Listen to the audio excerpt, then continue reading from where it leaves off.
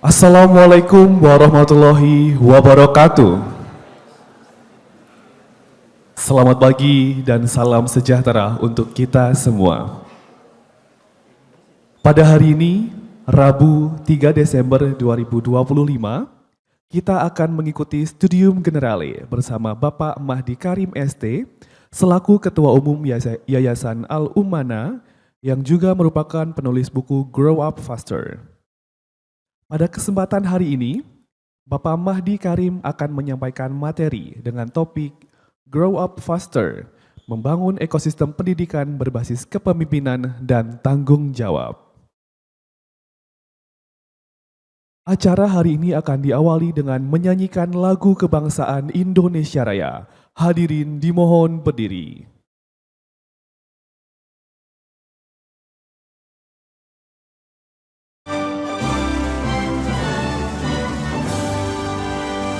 Indonesia tanah airku, tanah tumpah darahku.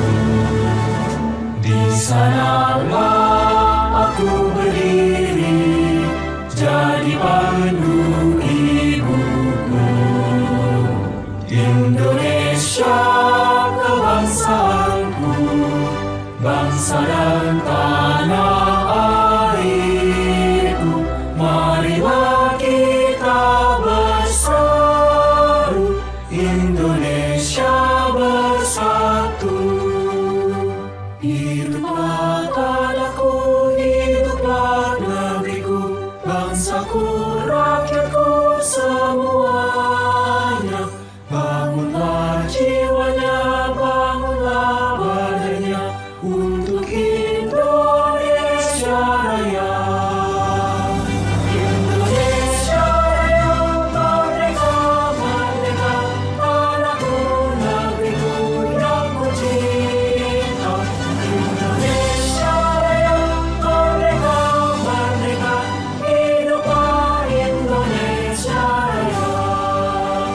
Indonesia Raya, merdeka, merdeka, tanahku, negeriku yang ku cinta. Indonesia Raya, merdeka, merdeka, hiduplah Indonesia Raya. Hadirin disilakan duduk kembali. Hadirin yang kami hormati, kita akan memasuki acara utama pada hari ini, yaitu Studium Generale, yang akan dipandu oleh moderator, yaitu Bapak Muhammad Yorga Permana ST MSc PhD. Beliau adalah dosen dari Sekolah Bisnis dan Manajemen dengan kelompok keahlian Manajemen Manusia dan Pengetahuan. Silakan kepada Bapak Muhammad Yorga Permana PhD untuk memandu jalannya Studium Generale. Silakan.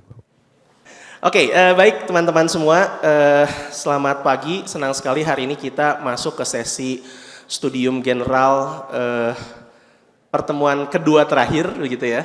Jadi fisiknya ini pertemuan terakhir teman-teman di Aula Barat ini, karena pekan depan kita akan YouTube live dari Cirebon. Nanti teman-teman Cirebon yang live di sana.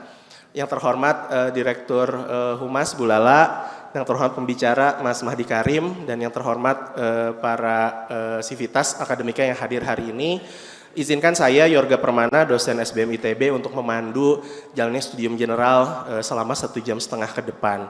Pembicara hari ini sangat luar biasa, teman sahabat baik saya. Jadi mungkin nanti Mas Mbak, adik-adik mahasiswa manggilnya Kak Mahdi aja ya. Kak Mahdi adalah planologi atau PWK 2009. Ada PWK di sini? Nggak ada PWK di sini ya? Cung PWK? Ya, beliau adalah ketua himpunan PWK angkatan 2009, mungkin terpaut jarak sekitar 15 tahun dengan teman-teman semua. Senang sekali hari ini bisa kembali ke kampus ITB. Kak Mahdi adalah teman berorganisasi, menjadi aktivis ketika di kuliah di ITB. Dan yang menarik dari pertemuan hari ini, mungkin Mas Mbak tidak bertemu dengan menteri, tidak bertemu dengan CEO atau direksi BUMN, tapi hari ini kita melihat alumni ITB yang memiliki path cukup berbeda gitu, yang bisa jadi menginspirasi Mas Mbak semua untuk mengikuti jalan yang sama, ataupun bukan jalan yang sama, tapi semoga nilai-nilai kebaikannya bisa diambil. Jadi Kak Mahdi Karim setelah lulus dari SAPPK tahun 2014 mendirikan Yayasan Al-Umana yang nanti akan banyak dijelaskan, yayasan yang bergerak di bidang pendidikan yang saat ini sudah memiliki lebih dari 500 siswa seperti itu ya. Dan juga yang menarik, Kak Mahdi juga 1 bulan lalu baru menerbitkan buku Grow Up Faster. Satu buku yang menurut saya cukup relevan untuk adik-adik mahasiswa, bagaimana grow up faster itu apa ya? Tumbuh lebih cepat gitu. Bagaimana kita bisa mengasah tanggung jawab kepemimpinan kita sehingga ketika lulus kuliah kita bisa lebih matang. Jadi semoga teman-teman bisa mendapatkan manfaat dari pertemuan hari ini.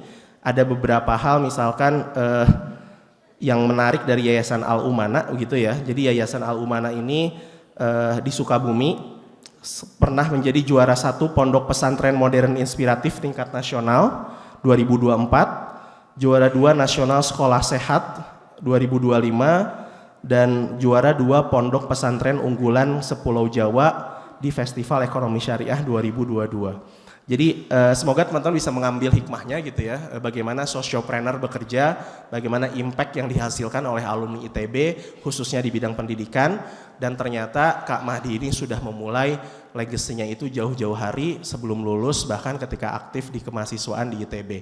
Kepada Kak Mahdi Karim saya persilakan, mari kita beri tepuk tangan yang cukup meriah untuk Kak Mahdi.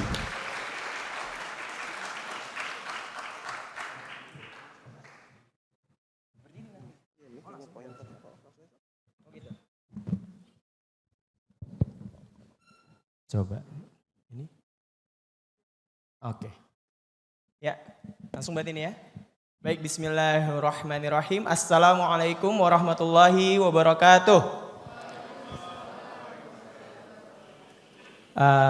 Pertama-tama yang saya hormati Ibu Lala, kemudian dosen yang hadir, nah sahabat saya tadi, Dr. Yorga berarti sekarang manggilnya ya Pak Dr. Yorga, serta seluruh anak-anak, adik-adik teman-teman mahasiswa ITB. Ini rata-rata angkatan berapa? 2024 itu berarti masuk tahun lalu ya, berarti sekarang rata-rata tingkat 2. Baik, senang sekali alhamdulillah saya berada di sini, pulang ke rumah kedua saya. Dulu saya seperti teman-teman sekalian, saya sering duduk di sini dulu tapi bukan ngambil mata kuliah studium generalenya, tetapi kita biasa curi ilmu karena ITB luar biasa mengadakan kelas seperti ini, menghadirkan orang-orang yang bisa memberikan manfaat, insight-insight kepada kita. Nah, maka sayang sekali kalau nanti kita yang duduk di sini, saya juga dulu pernah duduk di tempat-tempat teman-teman semua, kita tidak bisa mengambil hikmah karena orang itu ikut suatu kelas itu capeknya sama, waktu yang dihabiskan sama. Tetapi yang membedakan itu nanti hasilnya adalah dari serius atau tidaknya. Nah, teman-teman sekalian, jadi pada hari ini saya mohon maaf ini juga dikerjain sama Dr. Yorga Bu sebetulnya, jadi mendadak dimintanya. Tetapi mudah-mudahan bisa ada inspirasi yang diambil, setidaknya ada 1-2 langkah konkret yang bisa dilaksanakan oleh teman-teman sekalian. Dari saya berbagi cerita mengenai apa yang dilakukan oleh kami, karena di tempat kami ini tidak hanya saya, alumni ITB-nya ada beberapa orang. Nah teman-teman sekalian, pada hari ini izinkan saya menyampaikan tentang Grow Up Faster. Soalnya Grow Up Faster ini tadi seperti yang disampaikan oleh Dr. Yorga, ini adalah judul buku yang baru saya terbitkan beberapa bulan lalu, yang itu merupakan salah satu kumpulan dari mulai saya berjalan di kemahasiswaan di ITB, kemudian sampai kepada membangun lembaga pendidikan, hingga akhirnya menyimpulkan bahwa tanggung jawab itu bisa menjadi faktor kunci yang membedakan antara orang sukses dan tidak. Nah, maka izinkan saya membagi 3 segmen. Yang pertama nanti terkait dengan sekilas perjalanan di kampus, hingga kemudian bagaimana membangun lembaga pendidikan yang menjadi sebuah ekosistem pendidikan. Dan selanjutnya adalah tentang inti atau konten dari Grow Up Faster itu sendiri. Baik, yang pertama mungkin saya izin mulai dari, sebagian dari kita pernah merasakan ini pasti harusnya, tingkat 2 nggak tahu udah mulai galau ini belum ya. Jadi yang pertama diam-diam bingung setelah kuliah ini mau jadi apa. Nah, ada yang senyum-senyum ya. Kemudian ada juga yang bertanya, Oh, melihat yang lain itu sudah cemerlang sementara saya masih belum punya arah. Atau ada yang merasa salah jurusan?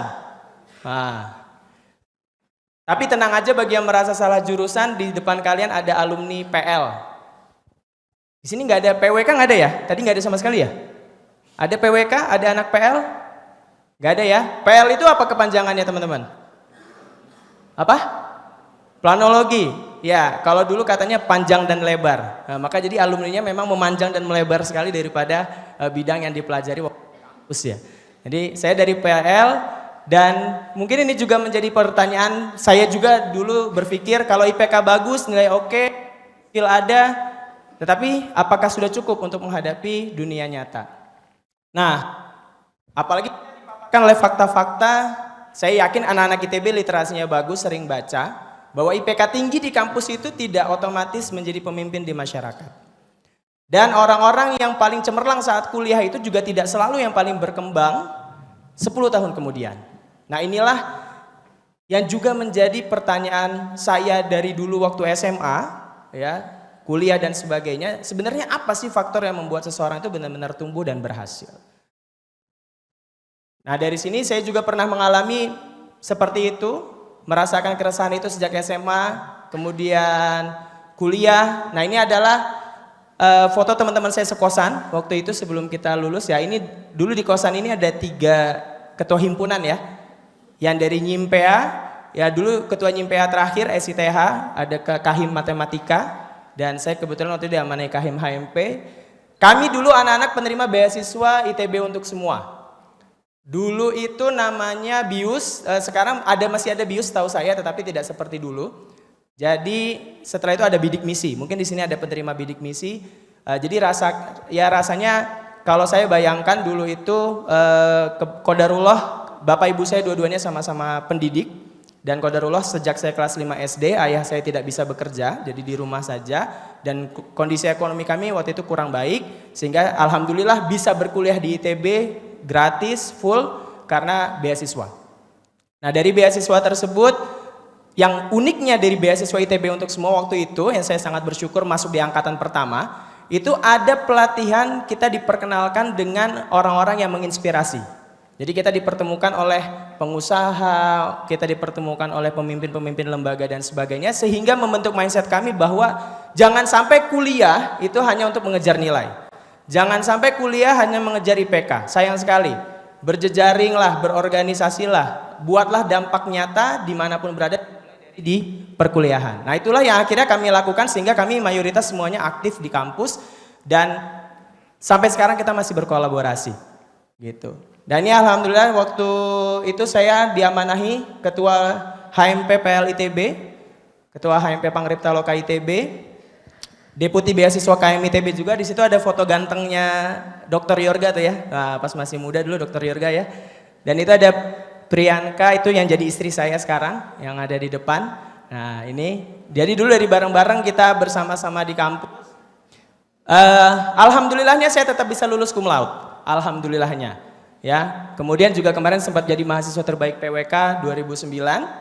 Nah, yang mau saya tekankan di sini bukan cum laude-nya, teman-teman sekalian, tetapi waktu itu memang memperkuat hasil penelitian waktu itu. Siapa yang pernah baca buku Seven Habits pasti ya?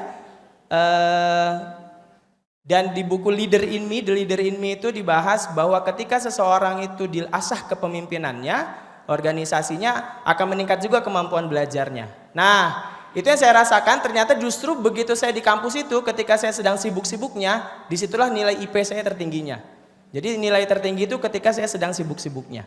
Itu keajaiban yang memang membenarkan teori semakin kita berusaha melatih pemimpinan kita dan sebagainya itu akan melahirkan impact juga kepada diri kita. Nah, jadi di kampus itu saya sangat belajar kebermanfaatan, kepemimpinan, tanggung jawab, dan keberanian. Karena bayangkan kalau kita berorganisasi di kemahasiswaan itu nggak digaji ya. Dokter Yorga, nggak digaji, nggak ada dapat pemotongan SKS nggak ada, ya. Udah gitu kita kerjanya dimarah-marahin senior lagi kan, ya. Tetapi dari situ kita jadi punya mental ya nothing tulus gitu. Memang kita melakukan sesuatu ikhlas, ya kita melakukan sesuatu itu memang untuk bermanfaat dan ini penting teman-teman sekalian. Saya sarankan sejak sekarang kalian semua berinvestasi mencari lingkungan atau teman-teman yang punya idealisme untuk bermanfaat. Karena saya sudah menyaksikan sendiri 10 tahun setelah lulus paling lambat kita bisa melihat orang-orang yang akhirnya nanti memegang peran-peran penting itu adalah mereka yang dulu punya idealisme seperti itu. Ya. Jadi itu penting sekali dan akhirnya itu juga yang memberanikan saya tahun 2012 tadi kan background Bapak Ibu saya pendidik. Tapi dengan kondisi ekonomi yang kurang kami memberanikan untuk yayasan karena waktu itu ya akhirnya saya diminta jadi ketua umum yayasan 2012 itu baru mau turun ketua himpunan saat itu.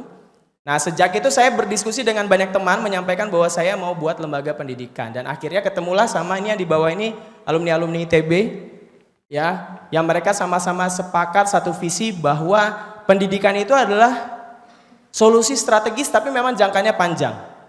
Jadi kalau kita bergerak di bidang pendidikan, itu solusinya itu tidak akan terlihat hasilnya dalam waktu singkat. Waktu itu kita sudah bersiap, ini hasilnya akan terlihat 20 tahun. Jadi waktu itu kita udah bersiap maraton, bersiap untuk mungkin dikucilkan dan sebagainya, ya. Tetapi alhamdulillah mereka semua sampai sekarang terus bersama-sama kita membangun. Dan dari 7 santri dengan lahan 100 meter persegi. Nah ini adalah teman-teman semua. Yang dari ITB ya, yang backgroundnya ITB di sana. Jadi tadi saya bikinnya itu di Alumana itu bersama dengan keluarga, kemudian juga teman-teman yang dulu bersama-sama di ITB. Itu ada Kak Rani namanya TL09 itu dulu Menko Advokasi, Laude Marido dulu Senator, Menko PSDM juga. Jadi ini sahabat-sahabatnya Kak Nyoman dulu ya 2009 semua kita. Inas Nabilah ini penerbangan. Ada penerbangan ada di sini penerbangan? Ada. Kalau yang aeronautika pernah 3 loh di kita. Kalau yang apa tadi? TL ada TL? Oh TL ada. Ya TL. Terus ada yang dari Plano, nah ini yang dari TI ini. Nah kita semua ini, teman-teman sekalian inilah adalah orang-orang yang ketika kita lagi mendirikan sekolah, kita masukin list nama kita, dari pihak dinasnya bilang begini, ini kok anak-anak ITB malah jadi guru, ini gak keterima kerja ya. Oh dulu jadi kita dikatain gak keterima kerja katanya. Nah, tapi kita paham bahwa orang yang bervisi besar itu awalnya pasti sering disalahpahami. Betul? Ya. Nabi Nuh dikatain gila gara-gara membangun kapal. Ya, Nabi Muhammad juga dikatain gila karena punya visi yang besar. Ya, sama waktu itu perlahan demi perlahan kami buktikan ternyata ya ini dari awalnya ilalang ya seperti itu. Kemudian yaitu dapurnya seperti itu hanya 7 santri dulu lahannya hanya 600 meter persegi itu pun nyewa ya kemudian saat ini menjadi 520-an santri yang nginep semua ya karena kita kan pesantren luas lahan sekarang baru sekitar 9 hektar dan kita kurang lebih ada 200 tenaga pendidik, tenaga karyawan yang bersama-sama dengan kami di sana di Alumana dan itu ya ini juga kondisi sekarang dan ini juga jejak nasional kami alhamdulillah. Kami tahun lalu terpilih juara 1 Pondok Pesantren Inspiratif Nasional yang langsung dianugerahkan di gedung DPR MPR. Kemudian juara 2 Nasional Sekolah Sehat, juara 2 Pondok Pesantren Unggulan se-Pulau Jawa, Pesantren Role Model Jawa Barat itu waktu diserahkan oleh Kang Emil. Dan kemudian mitra utama Bank Indonesia dalam pilot project nasional ekosistem pangan terintegrasi. Jadi akhirnya hal ini membuat kami sering didatangi lembaga nasional yang paling sering salah satunya Bank Indonesia. Jadi BI ini sering banget datang ke pondok kami, ini dari Sulawesi Utara, Papua, Jambi, Sulawesi Tengah, Malang, NTB dan sebagainya. Pekan depan juga insya Allah saya diminta ke Sulawesi Tenggara untuk mengisi di BI Sulawesi Tenggara. Dan ya ini adalah kira-kira persebaran alumni in numbers-nya. Kita dari 22 provinsi santrinya, 70 kabupaten kota dan kita ada beragam prestasi karena kami menghargai fitrah manusia, semua punya potensi masing-masing. Nah teman-teman sekalian, tapi saya mau sampaikan bahwa ini tidak pernah menjadi kejaran utama kami dan tidak pernah membuat kami bangga, ya, karena bukan ini yang kami kejar. Tetapi setidaknya hal ini menunjukkan bahwa apa yang kami rintis dan jalani sekarang itu perlahan demi perlahan itu stay on track. Nah maka izinkan saya menyampaikan mengapa kami waktu itu menghadirkan Alumana. Teman-teman sekalian, jadi ini masalah pendidikan kita. Yang kita harus akui bersama, kurang lebih 1 juta sarjana menganggur. Lulusan SMA SMK banyak tidak terserap juga. Dengarkan ceritanya, beberapa waktu yang lalu ada sarjana ya, yang harus berebut posisi bersama dengan lulusan SMA, SMP untuk lowongan kerja membersihkan gorong-gorong. Bukan membersihkan gorong-gorong itu tidak mulia, sama sekali tidak. Sangat mulia, tetapi alangkah kasihannya kalau kita harus bersaing dengan mereka-mereka yang sebetulnya ya tidak seistimewa kita bisa mendapatkan gelar sarjana. Nah itu, dan berikutnya juga dunia kerja kita, dunia itu kan berubah cepat sekali ya, perubahan.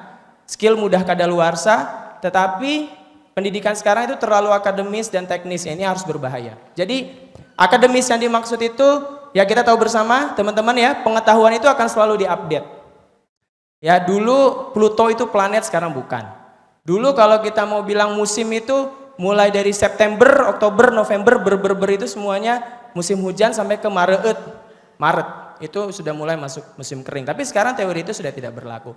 Artinya pengetahuan itu selalu update, keterampilan itu apalagi cepat usang, apalagi sekarang sudah ada AI ya. Nah dan ini juga berhubung ada Dr. Yorga juga ya. Jadi kita juga jadinya terbawa mindset mencetak tenaga kerja. Bukannya tidak boleh, saya sangat sepakat karena tenaga kerja kita harus menjadi profesional. Tetapi mindsetnya jangan sampai seseorang yang hanya minta diberi saja. Karena bagaimanapun dunia itu membutuhkan orang-orang yang punya arah, dia mampu menginfluence. Ya, jadi kepemimpinan itu kan kaitannya dengan menginfluence, dia punya arah, dia punya nilai. Jadi apapun jabatannya, dimanapun posisi kita, kalau kita punya kemampuan menginfluence, kita punya arah yang jelas, maka kita akan menjadi SDM yang bernilai tinggi dibandingkan orang-orang pada umumnya. Nah maka kepemimpinan ini penting. Jadi kepemimpinan itu bukan jabatannya, tetapi kita punya arah, kita punya kemampuan menginfluence, mempengaruhi orang lain, itu penting untuk kita kembangkan. Dan ini sesuai dengan ternyata doa kita sehari-hari bagi yang muslim ya. Ini Rabbana hablana min azwajina wa dzurriyyatina qurrata a'yun. Di akhirnya itu waja'alna lil muttaqina imama. Jadi kita itu meminta pasangan kita, diri kita, anak-anak kita itu menjadi imam. Berarti menjadi pemimpin. Nah, jangan sampai doa, itu kan doa itu harusnya visi, sesuatu yang ingin kita wujudkan. Doanya seperti itu, mintanya seperti itu, tetapi kita tidak menyiapkan diri kita dengan kepemimpinan. Akhirnya nggak nyambung kan, visinya itu, mintanya itu, tapi arahnya nggak ke sana. Dan ini sesuai dengan prinsip kepemimpinan secara universal. John C. Maxwell, pakar kepemimpinan yang dia juga banyak menutor pemimpin-pemimpin dunia bahkan, ya dia mengatakan kunci keberhasilan sebuah organisasi adalah ketika pemimpinnya berkomitmen menciptakan lebih banyak pemimpin. Pemimpinnya berkomitmen menciptakan lebih banyak pemimpin. Ya sama, itu organisasi, negara pun demikian. Jadi negara itu akan maju, akan berhasil ketika negara itu berkomitmen mencetak banyak pemimpin. Maka kepemimpinan itu harus ditanamkan. Ya. Nah, itulah mengapa di Alumana sejak awal berdiri kita ingin mencetak kader pemimpin Qurani dengan 5 profil ini. Berakidah kokoh kuat, berakhlakul karimah, terampil, ilmunya luas dan sehat. Nah saat itu yang membedakan adalah bahwa visi ini akan terwujud dengan kita membangun ekosistem. Nah, makanya kenapa saya sampaikan membangun ekosistem. Jadi ada beberapa nilai yang kita angkat di sini yang untuk menjadi sistem. Yang pertama adalah Quranic Leadership in Action. Jadi setiap pembelajaran dikaitkan dengan Al-Quran dan kepemimpinan, pembentukan karakter yang terukur, pelatihan kepemimpinan berjenjang, dan tanggung jawab nyata. Intinya pemimpin itu ditempa melalui tanggung jawab nyata, bukan teori. Kemudian kita membuat lingkungan yang menumbuhkan, school as life. Jadi lingkungan adalah guru ketiga yang membentuk karakter. Ya, itu adalah hal yang penting, serta kita menjaga dan mengoptimalkan fitrah manusia. Nah, teman-temanku sekalian, para mahasiswa ITB, kita yang ada di sini penyakitnya beberapa mungkin ya, atau oknumnya kan dulu sempat ramai juga ya. Katanya alumni ITB itu pada sombong, bener gak? Katanya, ya. Dan bahkan kami juga dulu sama, kami yang ini pernah dinasehati, biasanya anak ITB itu kalau kerjasama ujung-ujungnya ntar tinggal 1 atau tinggal 2 suami istri. Ya, karena mentalnya itu bukan membangun bersama-sama. Karena Allah itu sebenarnya menciptakan kita beda-beda. Dan itu untuk membangun sebuah bangunan, ada yang jadi bata, ada yang jadi semen, ada yang jadi besi. Kalau semuanya maunya jadi bata ekspos, maunya tampil bagus, ya nggak ada yang jadi besi, nggak ada yang jadi fondasi, ya bagaimana dia pasti akan runtuh. Ya. Maka kita harus, dan ini juga penting mental ini teman-teman sekalian, karena saya itu sependek pengalaman saat ini itu banyak belajar juga dari orang-orang yang justru strata pendidikannya lebih rendah dari kita, tetapi dia bisa lebih berdampak, bisa lebih bermanfaat. Nah itu yang jangan sampai kita memiliki sifat seperti itu, ego, merasa wah karena ITB kita pinter, kita bisa semuanya, itu harus kita turunkan. Di luaran sana saya alhamdulillah beberapa kali bisa bertemu dengan pengusaha-pengusaha yang cukup besar dan semuanya punya satu kesamaan, yaitu mereka humble, tidak sombong. Bahkan kepada yang muda-muda seperti kita, mereka tuh mau belajar. Jadi kalau saya ibaratkan itu, orang sombong itu berarti dia sebetulnya sedang berada pada titik yang bodoh. Pernah lagi ujian belajar di detik-detik terakhir? Pernah? Semakin pede apa semakin panik karena banyak yang belum dia pelajari? Semakin panik kan? Iya, karena orang pintar itu, orang yang banyak tahu, dia semakin tahu bahwa banyak yang dia belum ketahui. Sehingga dia lebih berhati-hati berbicara. Ya. Makanya ada tong kosong nyaring bunyinya itu benar. Jadi semakin kita itu tahu banyak hal, semakin kita mempelajari banyak hal, kita akan semakin rendah hati. Karena kita tahu banyak hal yang belum kita ketahui. Nah, jadi ketiga hal ini, kalau disatukan tentu dia akan menjadi ekosistem yang akhirnya menumbuhkan juga menggerakkan kawasan yang kami sebut dengan education based development. Jadi pendidikan yang menggerakkan kawasan. Nah ini yang dari dulu memang kita impikan. Jadi pendidikan yang kuat itu, dengan pendidikan yang bagus lahir budaya yang bagus. Ya, budaya yang bagus tuh etos kerjanya bagus, tidak terlambat, disiplin, buang sampahnya yang benar dan sebagainya, itu kultur tuh ya. Dan tadi bisa melahirkan kepemimpinan. Nah, SDM yang bagus ini dia akan mengembangkan lingkungan. Dia bikin unit usahanya yang bagus, dia bikin nanti program-program tentang pendidikan yang bagus, dia bikin nanti pengelolaan lingkungan yang bagus. Akhirnya dengan lingkungan yang bagus itu balik lagi menjadi struktur sosial yang mendidik. Ya. Teman-teman sekalian, apa yang ada di dalam pikiran manusia itu sangat bergantung apa yang dia serap, apa yang dia lihat, dengar dan rasakan sehari-hari. Kalau misalnya kita berada di lingkungan yang membiasakan terlambat, ya kan? Ya maka nanti kita akan jadi orang yang nggak disiplin.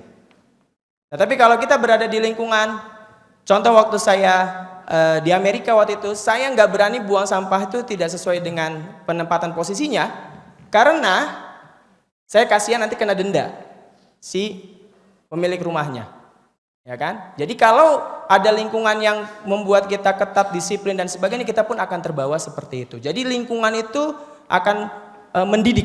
Jadi lingkungan itu sebetulnya akan mendidik. Nah itulah yang harus yang sebetulnya kami sebut dengan education based development. Jadi kawasan itu dibangun dengan adanya pendidikan. Jadi pendidikan ini akhirnya menggerakkan kawasan. Sehingga kesimpulannya pendidikan itu bukan mencetak murid, tetapi harus menghasilkan peradaban. Jangan sampai begini teman-teman, saya sangat setuju.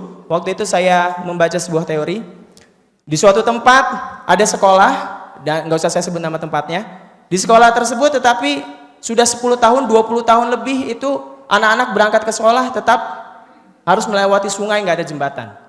Ya buat apa sekolahnya kalau 20 tahun tidak bisa memperbaiki akses seperti itu? Itu artinya kan antara sekolah dengan lingkungan sekitarnya tidak menyatu. Ya kan? Sedangkan ya kita nggak usah jauh-jauh, kita kan harusnya bermanfaat. Khalifah fil art itu kalau bahasanya, itu kan mengelola alam di sekitarnya, mengelola tempat di sekitarnya. Jangan sampai kita bikin lembaga, kita bikin SDM yang dia malah tidak memberikan dampak baik untuk lingkungan di sekitarnya.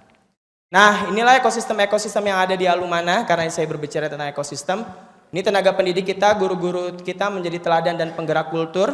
Jadi ada ini yang tadi penerbangan ya, dia juara 2 wirausaha muda sepulau Jawa. Ada juga yang juara 2 lomba masak halal, ada yang jadi pemateri-pemateri, dan penyusun modul ajar Zero Waste Nasional itu yang anak TL tadi. Nah itu yang juga bikin buku, dan kami banyak bikin buku. Jadi tenaga pendidik di kami bukan hanya mengajar, tapi kita dorong untuk berkarya, menginspirasi, dan bahkan alhamdulillah diakui secara nasional.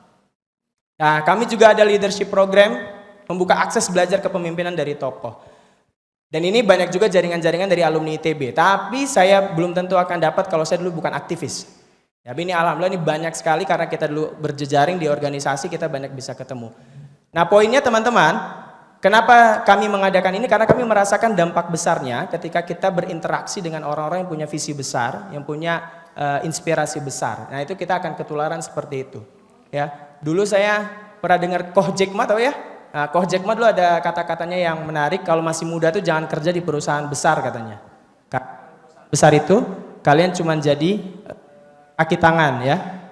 Ya, jari-jarinya bahkan ya. Tapi kalau kalian berusaha di perusahaan kecil itu, kalian akan dekat dengan pimpinannya, kalian dapat visinya, kalian dapat inspirasinya. Nah, itu kalau kata Koh Jack Ma. Jadi, tapi poin saya bukan perusahaan kecil atau perusahaan besar ya. Poin saya, kita harus dekat dengan orang-orang yang bisa memberikan inspirasi, memberikan semangat, memberikan energi. Nah, itu akhirnya yang akan merubah mindset kita.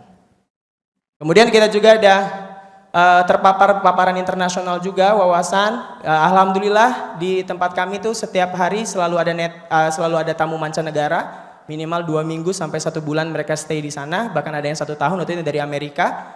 Nah itu juga mereka tertariknya karena tinggal di kita peaceful, damai dan sebagainya. Jadi selalu banyak yang berkunjung ke sana dan kita juga mempelajari 5 bahasa dan akhirnya anak-anak itu mendapatkan mindset global. Jadi sudah terbiasa untuk berbicara dengan para native, orang-orang dari luar negeri. Jadi mindsetnya tidak hanya nasional tapi juga dunia. Dan ini adalah unit usaha salah satu andalan kami, Fish and Kids. Nanti juga ada beberapa souvenir ya untuk buku dan Fish and Kids ini juga. Ini adalah brand kami. Ya mungkin kalau teman-teman nggak tahu karena ini kejarannya ke Mamah Muda, Mahmud ya, Mamah Muda. Nah ini salah satu yang kemarin itu menjadi andalan untuk Bank Indonesia dan sebagainya sehingga merujuk pesantren kami dan kemarin baru saja dari Marketeers kita dapat SME Award 2025 ya kategori Economy Enhancement ya Community Development ya ini juga adalah salah satu unit usaha yang ada di pesantren kami. Nah ini juga distribusinya sudah ada di Lotte dan sebagainya. Ini catering kami, jadi kami juga mengelola MBG tapi alhamdulillah sampai sekarang tidak ada keracunan ya dan mohon doanya semoga tidak ada keracunan ya teman. Dan karena kalau kami sebelum ada usaha catering jadi ketika ada MBG datang awalnya kami sempat ragu-ragu tapi habis itu kami ambil dan alhamdulillah busi di situ. Kemudian kita masuk juga ke restoran KAI, kita juga maklun ke beberapa partner kami dan kita juga catering untuk korporat-korporat yang ada di Sukabumi, pabrik semen dan sebagainya. Gitu. Dan ini adalah unit usaha pertanian dan peternakan kami juga di sana. Jadi ada greenhouse melon dan sebagainya. Nah ini juga dampak kami untuk warga sekitar kami. Di sekitar kami kurang lebih 90 lebih tenaga kerja di sana, tenaga kependidikan, staff, ya, tenaga lapangan. Itu ada juga pembinaan rutin yang kami berikan. Kemudian kami memberikan beasiswa bagi putra-putri warga sekitar, termasuk salah satunya sudah masuk di UI sekarang alhamdulillah. Kita juga membayar akses listrik untuk 1 RT di sana, semua kita yang tanggung. Kemudian ada pembangunan dan pengecoran jalan desa hingga pengelolaan TPA warga yang itu dilakukan oleh para santri juga untuk pengelolaan TPA warga ini. Nah tetapi teman-temanku sekalian itu semua tidak mudah seperti yang disampaikan. Ini adalah beberapa tantangan tadi dalam bangun ekosistem. Makanya kalau berbicara bagaimana kalau diterapkan nasional lah itu juga masih jalannya panjang karena kami pun mencoba untuk ini. Pertama kita harus menyatukan nilai dan kultur agar guru-guru ini dan murid bergerak dengan visi yang sama. Nah, bayangkan itu memang agak berat ya. Kemudian kita harus mendesain lingkungan yang hidup sebagai guru ketiga yang tadi akan membentuk karakter.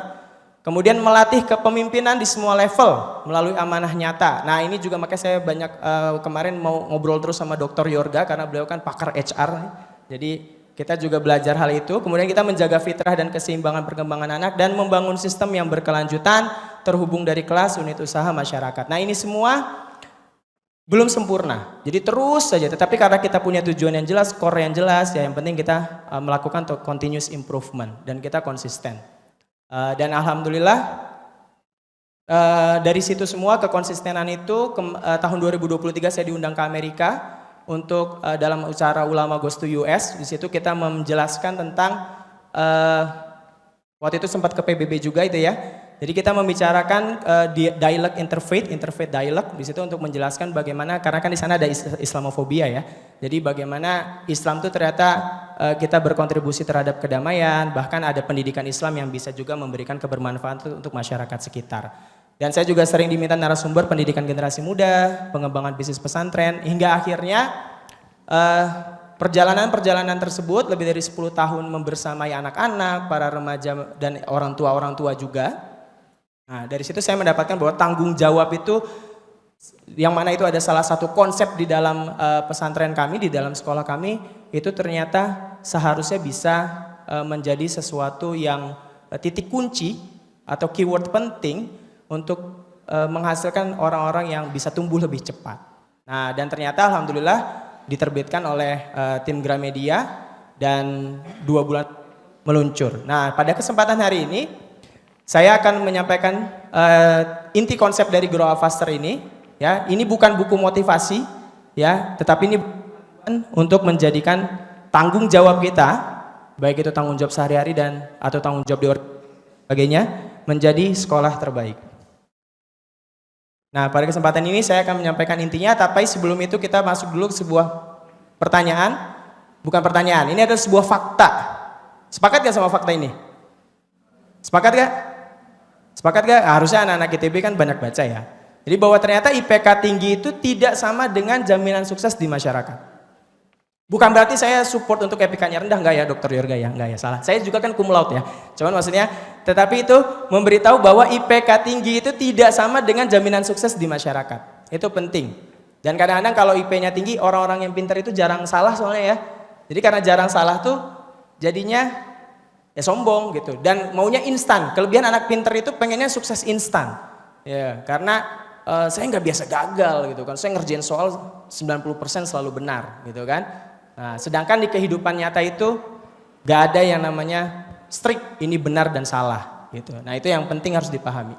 Nah, saya ada pertanyaan, siapa yang mau jawab? Siapa di sini yang pernah kenal sosok atau tahu sosok yang mungkin nilainya biasa saja, bahkan pendidikannya tidak tinggi, tapi justru kita tahu dia memimpin dan memberi dampak besar. Ayo, siapa yang mau acungkan tangan? Siapa yang terlintas tokoh siapa yang Anda tahu seperti ini? Yang pendidikannya mungkin lebih rendah dari kita atau boleh setara atau nilainya biasa saja tapi dampaknya lebih tinggi. Ada? Oke. Mas. Nanti dicatat ya. Anka. Perkenalkan, nama saya Zagi Disira dari Informatika Angkatan 22. Tokoh yang saya tahu itu Bob Sadino, Pak. Pengusaha ayam. Itu aja sih, Pak. Mungkin dibantu yang lain aja buat yang lain. Siap. Bagus. Tadi siapa? Zaki, katanya Bob Sadino. Siapa lagi ada yang punya contoh? Oke, itu ujung di sijung ya. Saya nggak apa-apa, saya jalan-jalan karena saya masih muda juga.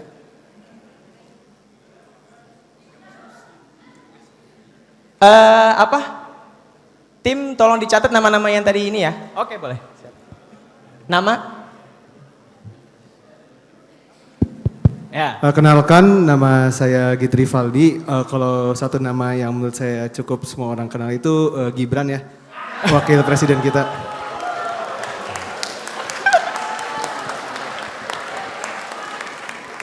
Aduh, gimana ya?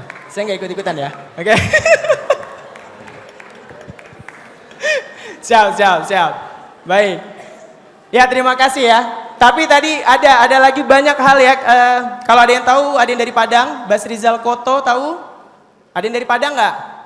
Saya dari Padang nih. Oh, nggak ada yang dari Padang ya? Biasanya kalau dari Padang itu setahun kan nggak boleh pulang tuh, nangis-nangis nginep di Salman ya. Ya. Pak Bas Rizal Koto juga sama, hanya lulusan SD, nanti kita akan cerita agak banyak, tapi dia punya hotel kan, punya hotel dan sebagainya di yang terbesar yang terkenal di Padang ya. Oke, berarti kan ada ya, kalian juga lupa dong, walaupun yang ini di Harvard dan sebagainya. Mark Zuckerberg itu lulus S1 nggak? Nggak. Steve Jobs lulus nggak? Nggak. Ya, jadi banyak orang yang ternyata mereka pun bisa memimpin dan memberi dampak besar bahkan pendidikannya tidak tinggi. Tapi sekali lagi saya tidak bilang bahwa pendidikan tidak penting. Oke, disclaimer ya, karena saya juga S1. Baik, artinya teman-teman sekalian kita sepakat ada gap antara apa yang dinilai dan dihargai di sekolah dengan kenyataan di masyarakat. Betul nggak? Ya, kalau nggak ada gap harusnya berkorelasi dong. Mereka yang nilainya di ujian-ujian sekolah tinggi, ya nilainya tertinggi, harusnya begitu terjun di masyarakat harusnya juga tinggi. Tapi kan kenyataannya tidak. Sedangkan mayoritas dari kita sejak kecil itu didorong-dorong oleh orang tua untuk mengejar nilai yang tinggi di sekolah, mayoritas. Mungkin ada yang tidak seperti saya contohnya. Tetapi mayoritas dari kita itu dikejar seperti itu. Nah, oleh karena itu maka kita perlu dong mencari tahu faktor apa yang sebetulnya berpengaruh dan dia berkorelasi positif. Ya, ini kan bahasnya dengan anak ITB ya. Dia selaras dengan kesuksesan di dunia nyata. Ya, agar apa yang nanti kita latih kepada anak-anak atau kita latih kepada diri kita sendiri, ya, dan kita hargai kepada anak-anak atau kita hargai juga kepada diri kita sendiri itu sudah bisa sejak dini kita tahu apa. Jadi nanti selaras antara apa yang kita hargai sejak dan kita latih sejak sekarang dengan nantinya ketika kita hidup di bermasyarakat.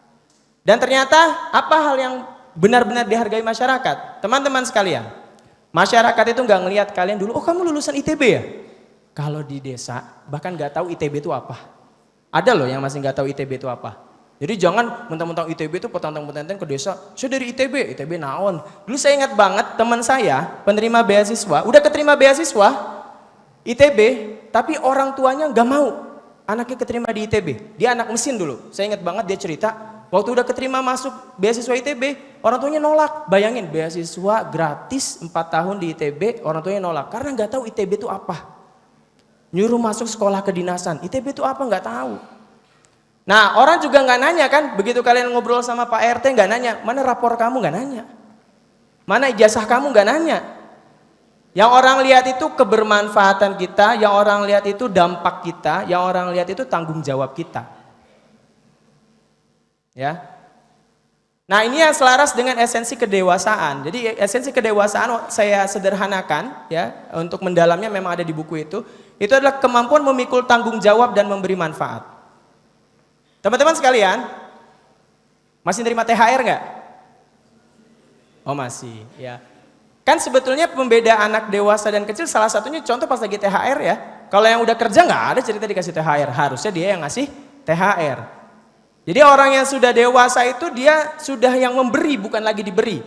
Itulah mengapa usia produktif itu, saya takut salah, usia 15 tahun benar ya? Berarti harusnya ketika usia produktif itu 15 tahun, negara sudah mencanangkan anak usia 15 tahun itu tidak lagi menjadi beban negara.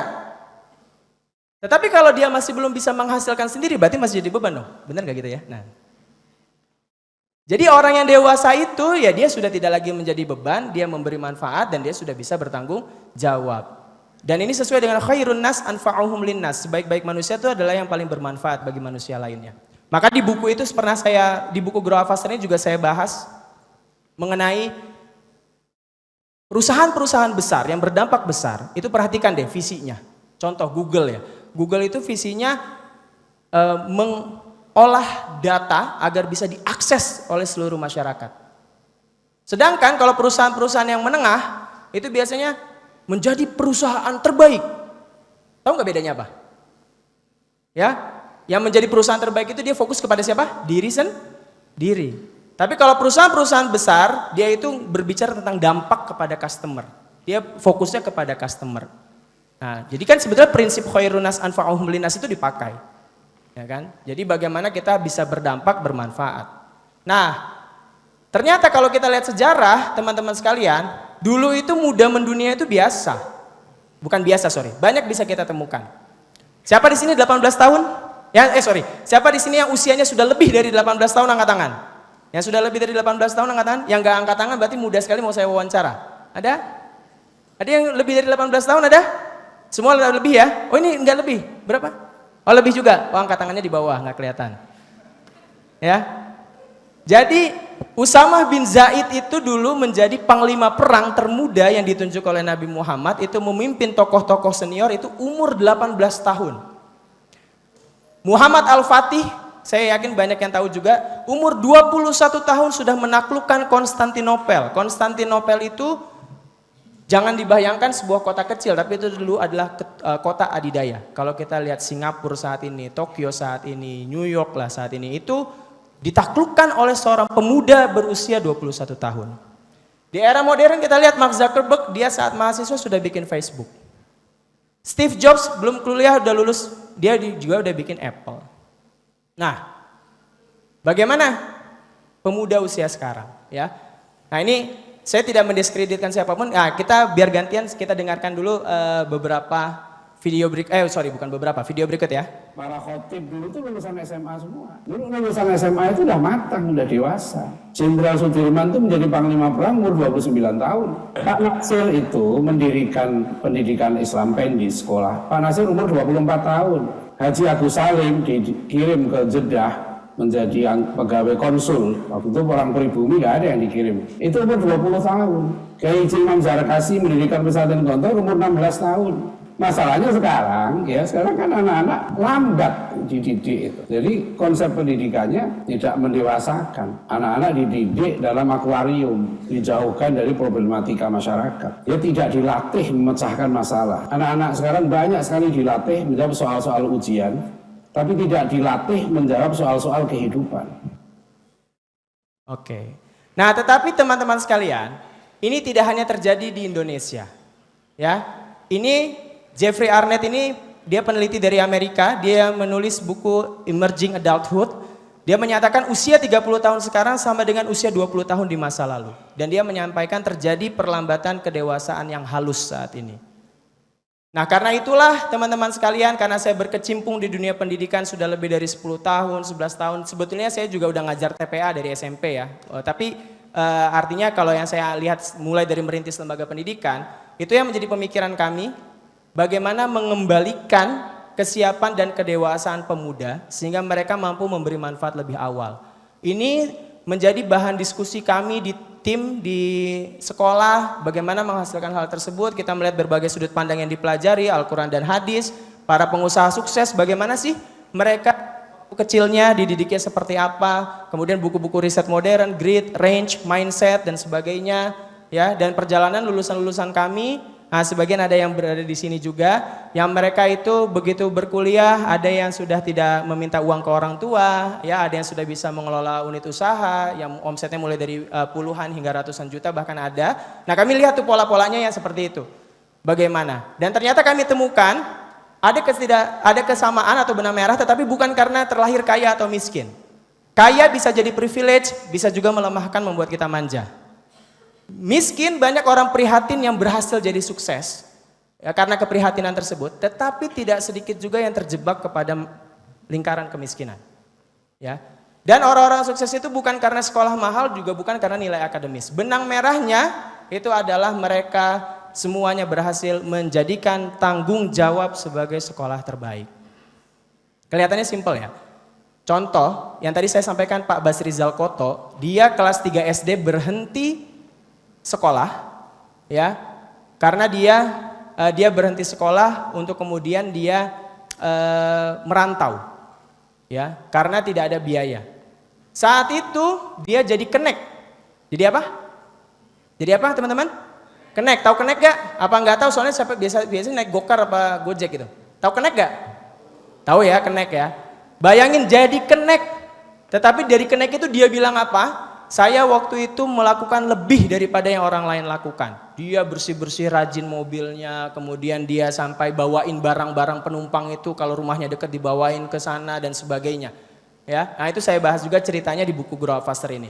Ya, dan banyak orang-orang lain. Hermanto Tanoko tahu yang punya Tancorp? Ya, Hermanto Tanoko yang punya Tancorp umur 8 tahun sudah jaga toko. Umur 14 tahun jadi kepala apotek. Pas lagi jaga apotek, apoteknya kosong. Ya, tiba-tiba bapaknya datang, ngelihat anaknya lagi ngerjain PR. Jadi Pak Hermanto Tanoko itu ngerjain PR saat apotek sepi. Ya, nah tiba-tiba bapaknya datang, terus bapaknya nanya, kamu lagi ngapain? Kata Pak Hermanto Tanoko kecil itu, lagi ngerjain PR Pak. Kamu ngapain? Ngerjain PR. Ditanya sekali lagi, kamu ini di sini ngapain? Oh saya lagi kerja Pak. Kalau kerja aja, jangan ngerjain PR. Itu nanti bisa dilihat di saya ceritakan juga di buku Grow Up Faster, dan kalau mau lihat di podcastnya juga ada. Kalau di Indonesia gimana? Kalau ngelihat anak lagi ngerjain PR gimana kata ibunya? Jangan diganggu gitu ya. Oh jangan disuruh ngepel, jangan suruh kerja, udah lagi belajar. Tetapi orang-orang yang itu mereka tuh belajar tanggung jawab. Jadi kalau lagi kerja, kamu jangan ngerjain PR. Ya. Itu belajar tanggung jawab. Nah, makanya salah satu kutipan yang saya bahas di buku saya, nyaris tidak ada orang sukses yang berkata saya berhasil karena nilai akademik saya sempurna, tapi justru banyak yang berkata saya terbiasa memikul tanggung jawab sejak kecil, yang tadi saya sampaikan. Nah oleh karena itu, teman-teman sekalian di buku Grow Up Faster itu saya sampaikan 3 bagian besar. Yang pertama itu kita harus menetapkan dulu benih. Apa sih yang mau kita tuju? Jadi Grow Up Faster itu bukan kita buru-buru ngejar sesuatu, bukan, tetapi kita harus tetapkan benih. Dan di buku tersebut saya tidak muluk-muluk, kita berangkat dulu dari kebermanfaatan. Pastikan kita bisa bermanfaat menjadi solusi buat lingkungan yang terdekat kita aja. Di kosan kita jadi kita orang yang bermanfaat, di himpunan dan sebagainya jadi orang yang bermanfaat. Untuk orang lain ya, jangan untuk diri sendiri. Ya. Atau setidaknya jangan jadi beban. Kalau nggak bisa kita ngasih manfaat, minimal kita jangan jadi beban. Selalu evaluasi diri kita dimanapun kita berada, posisi kita saat ini saya jadi beban atau saya jadi manfaat. Ya, nah itu adalah menetapkan benih yang pertama yang paling simpel itu kebermanfaatan. Lebih dalamnya lagi silahkan dibaca di situ. Kemudian menanam dengan tanggung jawab. Nanti saya juga ada hadiah bukunya ya untuk penanya-penanya berkualitas nanti. Ya, nanti yang menentukan tapi tim ya, jadi biar saya nggak disalahin. Ya, jadi menanam dengan tanggung jawab. Jadi ternyata cara menanamnya itu adalah dengan kita ambil peran. Kita belajar bertanggung jawab. Ya. Bertanggung jawab atau bahkan mengoptimalkan tanggung jawab yang sedang kita pegang saat ini. Ya. Jadi apa yang sedang amanah kita pegang itu kita coba optimalkan. Atau kita mengambil peran, menjadi solusi. Ya, jadi sebetulnya kita tuh nggak usah takut nganggur. Selama masih ada masalah, di situ ada peluang kita menjadi solusi. Ya. Cuman mindset orang tuh kan nganggur, kerja itu harus dapat uang. Nah, itu yang mindset yang harus dirubah. Ya kan? Karena teman-temanku sekalian, uang itu hanya alat tukar. Uang itu hanya alat tukar. Nanti sebetulnya yang kita kejar kan sandang, pangan, papan dan sebagainya. Dan kita jangan ngejar uang, biar uang ngejar kita. Kalau kita orientasinya berdampak, bermanfaat, nanti uang yang akan mengejar kita. Nah, berikutnya merawat cabang utama tadi, setelah kita mengambil tanggung jawab, itu di buku ini saya tuliskan 4 hal. Yang pertama itu kita harus menetapkan target-target tinggi. Jadi jangan mengerjakan amanah itu pas-pasan. Atau yang penting tuntas. Atau yang penting selesai. Jangan, karena itu tidak membuat kita bertumbuh. Yang kedua, pengembangan diri dengan 5 aspek. Ya, mungkin karena waktunya tinggal 4 menit lagi, tidak bisa saya sampaikan semua. Yang ketiga adalah dengan mencari lingkungan yang baik. Nah, salah satunya yang saya bahas di buku tersebut, mencari mentor yang baik, ya, mencari ekosistem yang baik. Karena saya pun sama terus belajar mencari mentor dan sebagainya, mencari guru, belajar kepada siapapun itu penting. Dan yang terakhir adalah memberi. Biasakan memberi, sedekah, ya, kalau infak dan sebagainya itu harus kita biasakan. Itu adalah 3 kerangka utama dari Grow Up Faster yang saya susun, yang agar kita bisa menjadikan tanggung jawab itu sebagai sekolah terbaik kita, sehingga kita akan bertumbuh dengan cepat dengan kita serius memegang tanggung jawab kita. Nah, ini terakhir dari saya, mari kita jadikan tanggung jawab itu sebagai jalan bertumbuh. Tanggung jawab yang kita pegang hari ini, sekecil apapun itu, jangan dilihat kecil ya. Karena setiap langkah besar itu, teman-teman sekalian, itu butuh langkah kecil. Karena itu sebenarnya tidak ada langkah kecil, ya, yang harus dipahami. Dan kalau kita ngejar target langsung besar, langsung tinggi, ya susah, ya kan? Tetapi kita pecah-pecah dia menjadi kecil-kecil kan? Makanya di Atomic Habits kan juga seperti itu ya. Jadi kita pecah-pecah sehingga kita bisa termotivasi untuk mencapainya. Dan mulailah dari apa kita, dan lihat nanti bagaimana Allah membukakan jalan-jalan berikutnya. Ya, makanya tadi yang saya bilang, selama masih ada masalah di sekitar kita, itulah peluang kita menjadi solusi. Dan terakhir dari saya, kita tidak harus menjadi besar untuk memulai, tetapi kita harus memulai untuk menjadi besar. Sekian, terima kasih. Wassalamualaikum warahmatullahi wabarakatuh.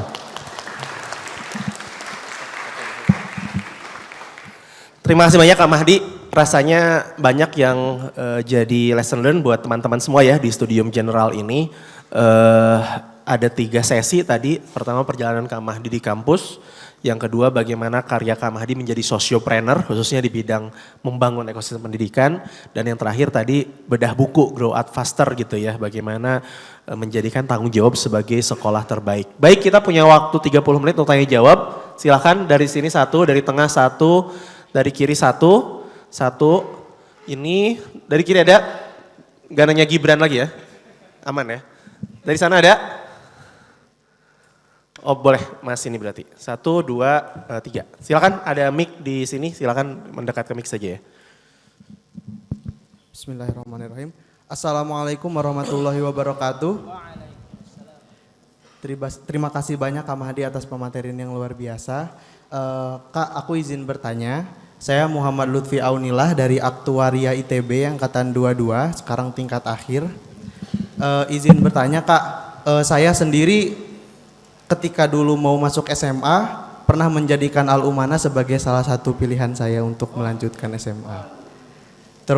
Berhubung saya dari Sukabumi Selatan banget gitu. Jadi Al-Umana namanya tetap harum gitu sampai terdengar ke situ, luar biasa. Lutfi. Nah ternyata ketika saya Studium Generale saya tahu dari ITB ternyata ya Kak Mahdi dari Al-Umana. Nah saya merasa banyak hal yang klop dan satu visi dengan kakak gitu. Terutama percaya bahwa pendidikan itu memang bisa membangun daerah bahkan seperti itu ya dari SDM gitu. Dan itu adalah salah satu visi yang selama ini saya percayai juga gitu sampai sekarang gitu. Bisa dibilang idealisme gitu ya. Nah tetapi Kak ketika saya mulai memikirkan langkah selanjutnya gitu ya. Itu saya tiba-tiba merasa terblok gitu. Merasa kayak terlalu ngayal. Kayaknya nggak mungkin dan itu sebagainya. Itu pertama. Terus yang kedua juga saya agak sulit mengkomunikasikan idealisme ini kepada teman-teman saya gitu. Berhubung sedikit yang dari Sukabumi Selatan juga gitu ya. Dan terkadang obrolannya juga nggak ke situ gitu. Gimana caranya tiba-tiba, bro mari kita membangun gitu kan. Gimana? Nah jadi mungkin pertanyaan saya dua. Yang pertama adalah kenapa ya terkadang ketika kita bermimpi besar gitu. Ada banyak tiba-tiba blok-blok seperti itu. Tiba-tiba datang blok-blok seperti itu dan bagaimana cara menghadapinya. Yang kedua adalah bagaimana caranya kita mengkomunikasikan mimpi kita gitu kepada orang lain. Karena saya juga yakin mimpi besar butuh banyak tangan gitu untuk mewujudkannya. Terima kasih Kak Mahdi. Terima kasih, tepuk tangan dulu untuk Mas Lutfi, bagus pertanyaannya. Silakan yang kedua. Mic yang sama aja ya Mas.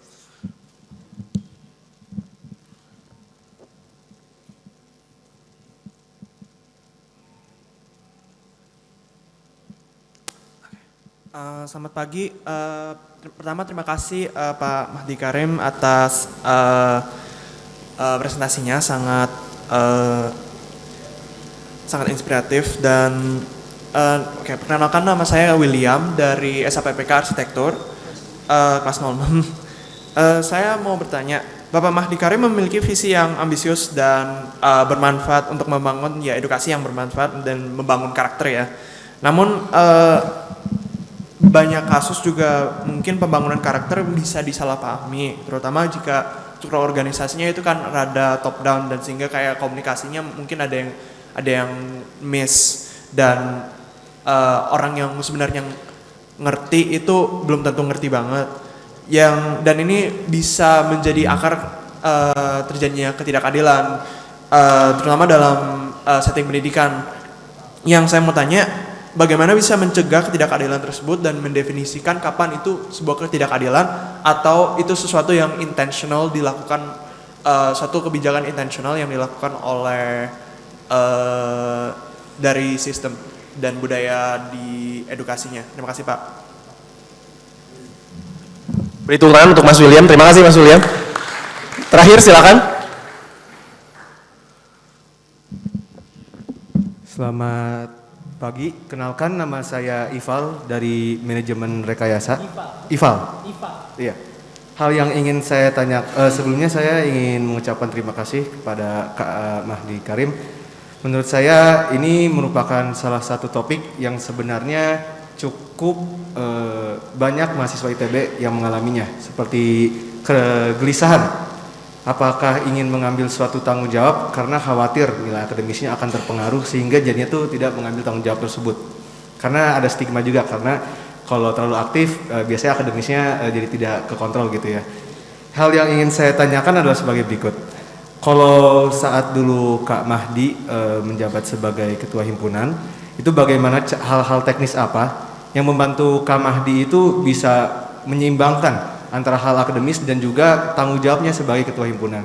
Ataupun saat ini ketika menjadi ketua umum Yayasan Alumana, biasanya hal-hal teknis apa sih yang dilakukan oleh Kak Mahdi sehingga bisa mengatur tanggung jawab Kak Mahdi gitu, sehingga manageable? Begitu, cukup dari saya. Terima kasih. Makasih Mas Ifal, beri tepuk tangan untuk buat Mas Ifal ya. Langsung aja Kak Mahdi. Ini persis yang kemarin disampaikan Dokter Yorga ya katanya. Anak ITB pertanyaannya memang susah-susah. Saya izin menjawab, duduk apa berdiri nih? Oh, oke, berdiri juga nggak apa-apa. Jadi dulu ya, kali pendidikan dulu yang pertama tadi ya, dari Lutfi. Berarti SMA di mana jadinya? Oh di kampus, siap. Jadi Kang Lutfi ini tadi berbicara kenapa ya mimpi besar itu selalu ada blok? Udah pasti. Kenapa? Tadi saya sampaikan, semua orang yang punya mimpi besar dia pasti disalahpahami di awalnya. Kenapa? Visi itu apa sih? Visi itu kan vision. Vision itu penglihatan kan? Orang yang visi besar, dia penglihatannya itu jauh di atas yang lain kan? Jadi orang lain tuh nggak bisa ngelihat apa yang kita lihat. Jadi kalau kita disalahpahami, kita harus bangga. Ya. Kan misalnya tiba-tiba, loh kok dia mau sih ngelewatin Comberan? Ya soalnya tujuan saya di sebelah sana, masa saya harus keliling muter menghindari Comberan ini? Tapi karena kita punya visi, kita melihat apa yang kita mau capai di depan sana, ya akhirnya kita mau nggak mau harus lewatin kan. Jadi ciri-ciri orang bervisi, tapi beda sama orang gila ya. Beda kan gila beneran sama yang tadi ya. Dia kalau orang bervisi besar, pasti dia lumrahnya justru fitrahnya disalahpahami. Maka berbanggalah kalau Kang Lutfi tadi bilang dia disalahpahami. Ya wajar. Tetapi nanti saya masuk ke pertanyaan kedua, mimpi besar itu butuh dikomunikasikan dan saya sepakat sekali. Saya selalu sampaikan, jika mimpi kita atau visi kita itu bisa kita raih dengan diri sendiri, berarti itu bukan visi besar. Semakin besar visi kita butuh berjamaah, kita butuh bergerak bersama. Semakin besar yang ingin kita capai, tim yang harus dimiliki juga harus semakin besar. Makanya sejak dulu saya terkenalnya super tim bukan superman. Ya, saya selalu ingin membentuk super tim bukan superman. Nah, cara mengkomunikasikannya ya tentu kita sebetulnya percayalah orang baik akan ketemu dengan orang yang baik. Ya sebenarnya nanti Kang Lutfi ditunggu juga di Alumana kita ngobrol-ngobrol ya. Nah nanti main aja ke Alumana ya. Artinya pasti ada kok dari teman-teman ini sekian. Saya juga kan sama Dokter Yorga tuh dari dulu kan kita kajian bareng ya. Kita dulu sampai nginep bareng, kajian bareng ya. Dan kita akhirnya kalau lihat di buku itu saya minta juga beliau ngasih rekomendasi dan sebagainya. Kita tuh sebetulnya pasti ada dari sebanyak ini yang dia itu punya idealisme sama. Gak mungkin gak ada. Gitu kan. Nah ya cara mengkomunikasikannya yang paling penting itu kalau dari saya, ya kalau saya dulu ya berkaca dari saya dulu ya saya selalu mengkomunikasikan itu, membawa hal itu dimanapun saya berada saya selalu ngobrol, oh saya mau bikin ini nih, sini nih. Ya kan. Dan gak tahu kenapa yang datang itu tiba-tiba ajaib aja. Tiba-tiba ada sebetulnya salah satu teman yang pertama kali gabung itu karena dia mau masukin adeknya sebetulnya. Adeknya ceritanya bermasalah. Di SMP-nya nggak pernah masuk, bolos terus. Begitu akhirnya yaudah di SMA-nya di kita deh, tapi waktu itu kita belum punya SMA kan, masih homeschooling. Mau deh, masuklah SMA di situ, adiknya berubah total. Baru 3 bulan sudah jadi penulis cerpen, juara cerpen nasional. Nah, karena itu kan lingkungan tadi ya. Nah setelah itu dia ucup-ucup, kalau gitu, orang Bandung ya, orang mau gabung deh yuk kita bikin bareng-bareng. Nah itu contohnya. Ya, jadi kita nggak tahu jalannya seperti apa, tetapi kita terus komunikasikan dan nanti pasti dengan sendirinya dia akan menghampiri kita, ya. Gitu Kang Lutfi. Jelas gak kira-kira? Ya. Walaupun saya tidak bisa kasih tips and triknya karena ketika kita berbicara kepada orang lain, saya selalu yakin kolbu tuh hati itu hanya bisa disentuh dengan hati. Ketika kita berbicara dari hati akan sampai kepada orang itu ke hatinya. Nah, kalau kita berbicara cuma di lisan saja, kita tidak punya hal seperti itu ya pasti nggak akan nyampe. Tapi kalau kita bicara dari hati ke hati pasti akan sampai. Dan saya tidak pernah berbicara tentang mimpi pribadi. Tidak pernah berbicara tentang keuntungan pribadi. Ya, bahkan Waktu itu kan saya sampai di sidang sidangnya bercanda ya. Alumni-alumni ITB datang ke Alumana, dia bilang, "Mah di sini. Kenapa? Kok kamu bisa anak-anak ITB ini bareng-bareng semua?" Terus dia cerita, biasanya anak ITB itu kalau udah kerja bareng itu nanti ada masalahnya tuh pembagian uang katanya. Oh kata saya nggak pernah megang bagian keuangan udah teman saya yang megang. Yang ngegaji saya itu teman saya. Jadi kita itu kepercayaan, trust dan jangan pernah berpikir tentang kepentingan pribadi. Itu sih yang membuat orang ingin bergerak bareng kita nantinya. Gitu ya Kang Lutfi ya. Yang kedua dari William, dari mana asalnya William? Jakarta. Oke, dari William. Saya ngerti nih maksudnya mungkin karena ada pembangunan karakter tuh nanti mungkin akhirnya jadi ada hukuman gitu ya. Kekerasan dan sebagainya. Begitu bukan?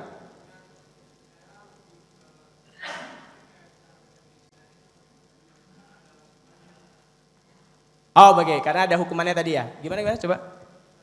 Oh ya, boleh. Ini Ya mungkin saya cuman mau tahu aja bagaimana cara mendefinisiannya dan cara mencegahnya dan make sure itu semua yang dilakukan itu selaras dengan visi dan tidak membangun dampak-dampak lain. Soalnya kan kalau misalnya kan meskipun kita ada visi besar itu kan gak mungkin menyelesaikan semuanya dan ada blind spot tertentu yang kita harus itu. Tapi itu kan juga ada standar-standar tertentu yang harus dihiraukan agar bisa menjalani sebuah agar siswa yang dibangun di sekolah itu untuk karakternya itu keluar dan bisa targetnya itu sesuai dengan visi maksudnya. Siap. Baik. Jadi jadi untuk membangun karakter itu ya, yang tadi didefinisikan. Jadi yang pertama itu memang kita harus definisikan dulu karakter apa yang mau kita capai. Ya. Dan tadi ya saya sepakat, visi besar nih, teman-teman sekalian, jangan ada yang ragu melangkah tuh karena kita punya visi besar tapi bingung mau melangkah dari mana. Ingat, visi itu tidak akan datang jelas di awal. Dia akan semakin jelas ketika kita mulai melangkah. Ide itu nggak akan datang jelas di awal, tapi ide itu akan mulai semakin jelas ketika kita mulai melangkah. Sama. Jadi nanti dalam perjalanan itu kita akan menyempurnakan, terus menyempurnakan lagi dan sebagainya. Gak mungkin kita, kalau di kaidah ilmiah apa tuh? Iterasi kan? Nah, iterasi. Nah, tetapi yang kami lakukan yang pertama tentu karakternya itu kan sudah kita tentukan dan kita ada tata tertib. Nah, jadi William ya, jadi kita ada tata tertib yang sejak awal sudah disepakati oleh wali santri, kalau di kami wali santri ya, wali murid ya, dan juga para murid. Mereka tanda tangan di situ. Jadi penerimaan kami bukan berdasarkan IQ atau kognitif karena tadi kami menghargai semua potensi manusia, tetapi kita berdasarkan kesiapan mengikuti tata tertib dan aturan. Nah, kalau sudah ada tata tertib dan aturan seperti itu, kita tahu apa yang melanggar dan tidak, maka disitulah nanti terjadi sebuah kejelasan, oh kalau seperti ini konsekuensinya apa dan sebagainya. Jadi kalau secara sistemik paling seperti itu William. Ya, jadi sejak awal sudah ditentukan, kita sudah punya tata tertib, kita sudah punya disiplin. Nah, ketika tata tertib itu dijalankan, ada konsekuensi yang dijalankan, tiba-tiba ada penyempurnaan itu sudah pasti. Gak akan mungkin kita stuck di situ saja, inovasi harus terus berjalan dan sebagainya. Mungkin begitu William, semoga menjawab. Bagaimana? Oke, siap. Berikutnya dari Ival. Oke. Akademis tidak terkontrol, hal-hal teknis apa yang membantu? Satu hal yang ini kemarin juga sempat ditanyakan ke saya waktu saya isi materi di mana ya. Jadi ada satu rutinitas sebetulnya yang saya lakukan sejak mahasiswa dulu. Tetapi kalau saya rangkum yang sekarang dulu ya, yang sekarang dulu itu pastinya kita satu hal yang selalu saya bawa dari mahasiswa itu saya selalu punya notes kecil dulu ya. Saya selalu punya notes kecil sampai sekarang pun saya bawa di dalam tas saya, harusnya biasanya di kantong karena lagi ngisi materi saya taruh di tas saya. Setiap saya dapat insight, saya ada to-do list, saya ada apapun tuh saya tulis di situ. Gitu. Karena dulu saya punya cerita, ada teman saya waktu lagi ngurus himpunan, dia curhat, dia cerita ke saya. Gimana nih Mahdi nih? Kerjaan banyak banget, gak beres-beres semua segala macem kan. Terus yaudah, kita ngobrol ya ada. Pas ngobrol saya tanya, coba ditulis apa aja tugas yang lagi sekarang pusing. Pas ditulis, cuman 3. Jadi masalahnya itu overthinking itu karena semuanya di otak.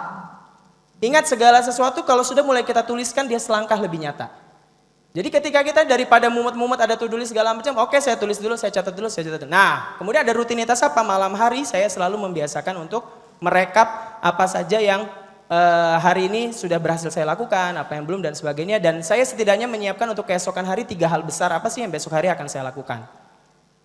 Nah, jadi itu yang membuat saya selalu bisa memanage dan tentunya nanti ya semakin sekarang menjadi ketua yayasan itu rutinitas yang rutin selalu saya lakukan. Saya selalu membawa notes, saya catat semua insight, saya catat semua apa dan sebagainya. Malam hari selalu saya evaluasi, ya kan? Karena itu ada ayatnya, ya ayyuhalladzina amanu taqullaha wal tanzur nafsum ma qaddamat lighad.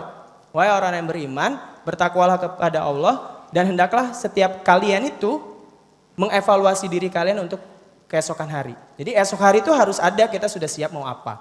Nah pagi harinya kalau sekarang itu saya, bukan kalau sekarang, dari dulu juga saya selalu membiasakan ya mendekatkan diri kita dengan Allah ya. Mungkin kalau yang agama lain dengan Tuhannya masing-masing. Karena menurut saya semua pengusaha besar itu spiritualitasnya tinggi. Orang-orang sukses itu rata-rata semuanya spiritualitasnya tinggi. Jadi itu yang terus harus kita lakukan sehingga kita selalu stay on track. Ya, stay on track, kita selalu harus terus dan selalu mengembangkan diri. Kalau dulu di kampus sering baca buku tentunya. Kalau zaman sekarang gampang banget ya. Saya sekarang sambil push-upan di pagi hari itu sambil dengerin podcast dan sebagainya. Karena sekarang lebih mudah lagi dibandingkan dulu. Gitu. Jadi kalau ditanya tadi hal teknis, seperti itu. Dan alhamdulillah ya adalah momen-momen yang saya harus mengurangi SKS untuk menyelamatkan. Waktu itu mau iseng-iseng aja, kayaknya kalau lulus cum laude seru juga deh gitu kan. Ya udah akhirnya saya waktu itu ada beberapa yang saya akhirnya kurangi mata pelajarannya, mata kuliahnya pas lagi super sibuk-sibuknya. Jadi benar-benar emang saya kurangi agar saya tidak jeblok-jeblok banget lah. Ya gitu Ival ya. Jelas? Oke siap, terima kasih. Terima kasih Kak Mahdi, kasih tepuk tangan dulu untuk Kak Mahdi. Kita masih ada satu sesi lagi kali ya, 2 pertanyaan. Satu di Zoom tadi Pak Nanan sampaikan, boleh kita tampilkan di Zoom, kita baca ya. Siti Maritza, PWK Kampus Cirebon, izin bertanya kenapa bisa waktu itu Ustadz Mahdi dan rekan-rekan habis lulus dari ITB kepikiran bangun yayasan yang memiliki sistem kurikulum education based development. Mengintegrasikan konsep hijau dan keterampilan hidup dalam pendidikan yang berdampak bagi sivitas al-umanah dan lingkungan sekitarnya. Kok bisa gitu ya? Ini pertanyaan pertama, ditampung dulu ya Kak Mahdi ya. Satu lagi mungkin, ada? Satu paling belakang, satu aja ya. Silakan yang paling belakang. Oke Pak Mahdi, kenalin nama aku Rahayu Puspitasari, aku dari jurusan Teknik Industri 1342278. Terima kasih buat paparannya, sangat menarik. Di sini aku mau nanya, kan tadi Kak Mahdi mention kalau misalnya menjalankan visi yang besar itu bakal ditentang oleh banyak orang dari hal eksterner.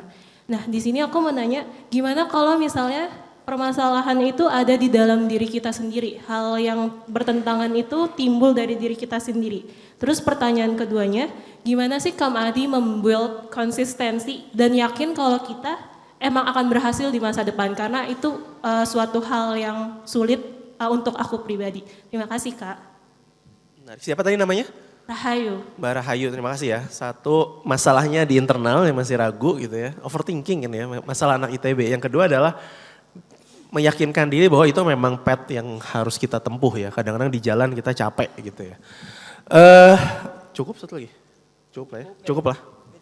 Siap, silakan Kak Mahdi. Ini saya kenal tuh Siti Maritza yang tanya tadi ya. Siti Maritza kayaknya santri ya? Ah benar. Ya. Jadi Siti Maritza bertanya tadi ya bagaimana kita bisa punya seperti itu. Nah ini disclaimer terlebih dahulu, ini adalah kalau bahasa orang zaman sekarang Pak, privilege ya. Ya privilege kami adalah kami punya ayah saya dan ibu saya memang di dunia pendidikan, itu dulu yang pertama. Jadi memang ayah ibu saya di dunia pendidikan dan mereka bukan pengajar, makanya saya bilangnya pendidikan, bukan pengajar. Karena beda, kalau ngajar itu transfer of knowledge, kalau mendidik itu kita mengeducate, men-change behavior, ya kan, dan sebagainya. Sehingga saat itu setidaknya kita punya landasan orang yang bisa kita tanya tadi dengan lebih jelas, gitu kan. Tetapi kan memang karena waktu itu kondisi ayah sakit, ya juga ibu, jadi memang yang banyak operasionalnya kami yang muda-muda. Jadi waktu itu yang menguatkan kami juga untuk melaksanakan pendidikan ini karena memang ayah dan ibu saya itu memang di dunia pendidikan dan idealismenya besar saat itu dan masalah sampai konsepnya seperti sekarang yang tadi saya sampaikan. Jadi itu semua tidak datang begitu saja di awal.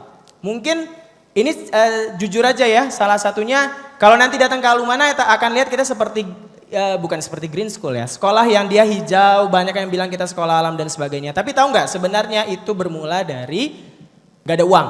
Karena nggak ada uang, tadinya saya itu kan anak planologi, kita bikin site plan biar efektif dan efisien.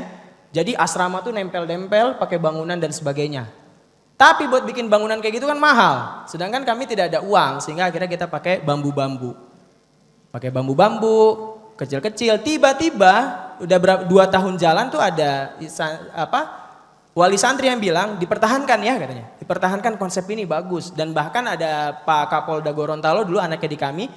Beliau bilang, ya saya temukan pendidikan karakter yang efektif di sini. Dan beliau bilang titip jangan rubah kesederhanaan tempat ini. Ya karena betul juga kalau ngajarin anak hidup mewah itu gampang. Bener gak? Hidup mewah butuh diajarin? Hah? Hidup di hotel butuh diajarin? Nggak, yang susah itu hidup prihatin. Ya, jadi makanya pendidikan karakter itu salah satu seperti itu. Nah itu jadi, dan habis itu memang kita sejak awal konsepnya itu kita ingin menjadi ya pendidikan itu harus berbasis geografis, artinya berorientasi lingkungan. Ya, kami iri sebetulnya, dan ini pemikiran orang tua saya juga, dan saya sepakat. Orang belajar bendungan ke Belanda, kenapa? Karena geografisnya Belanda seperti itu, betul? Ya, dia kan berada di bawah laut sehingga mereka mencetak SDM yang siap untuk geografi seperti itu. Kenapa kita belajar tsunami ke Jepang? Ya tentang tsunami, tentang rumah anti gempa dan sebagainya. Karena Jepang geografisnya seperti itu sehingga mereka harus menyiapkan SDM yang siap menghadapi geografi seperti itu.